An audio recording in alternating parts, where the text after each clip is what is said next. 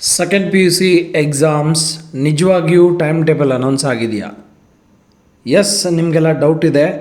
Second P U C exam time table announce ಆಗಿದೆ ಅಂತ ಹೇಳಿ ಕೆಲವೊಬ್ರು ಹೇಳ್ತಾ ಇದ್ದಾರೆ, ಕೆಲವೊಂದಿಷ್ಟು ಮೆಸೇಜ್ಗಳು ಬರ್ತಾ ಇದೆ.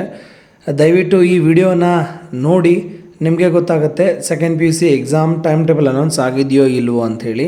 ಸೊ ಲಿಂಕನ್ನು ಕೂಡ ಡಿಸ್ಕ್ರಿಪ್ಷನಲ್ಲಿ ಹಾಕ್ತೀನಿ, ವೆಬ್ಸೈಟ್ ಲಿಂಕನ್ನು. ಅಲ್ಲಿ ಹೋಗಿ ನೀವು ಎಕ್ಸಾಮಿನೇಷನ್ ಸೆಕ್ಷನಲ್ಲಿ ಚೆಕ್ ಮಾಡಿ ನೋಡಬಹುದು. ಎಕ್ಸಾಮಿನೇಷನ್ ಇನ್ನೂ ಟೈಮ್ ಟೇಬಲ್ ಡಿಸ್ಕ್ಲೋಸ್ ಆಗಿಲ್ಲ. ಸದ್ಯಕ್ಕೆ ಬಿಟ್ಟಿರುವಂಥದ್ದು ಬರೀ ಹಾಲ್ ಟಿಕೆಟ್ ಕರೆಕ್ಷನ್ ನೋಟಿಫಿಕೇಷನ್.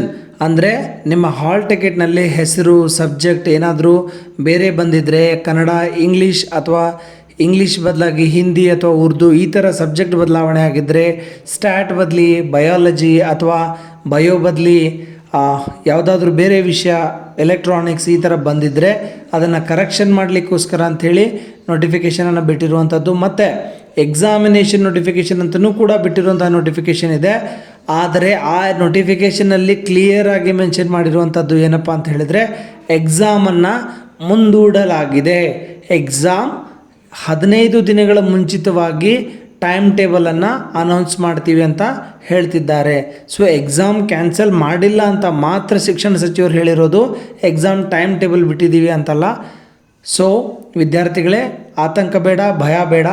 ಮನೇಲಿರುವಂತಹ ಸಮಯವನ್ನು ಯೂಸ್ ಮಾಡ್ಕೊಳ್ಳಿ, ಸರಿಯಾಗಿ ಓದಿ ಅಭ್ಯಾಸವನ್ನು ಮಾಡಿ.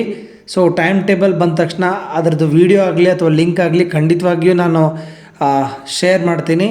ಸೊ ಅಲ್ಲಿವರೆಗೂ ನಿಶ್ಚಿಂತೆಯಾಗಿ ಓದ್ರಿ, ಅಭ್ಯಾಸ ಮಾಡಿರಿ. Thank you.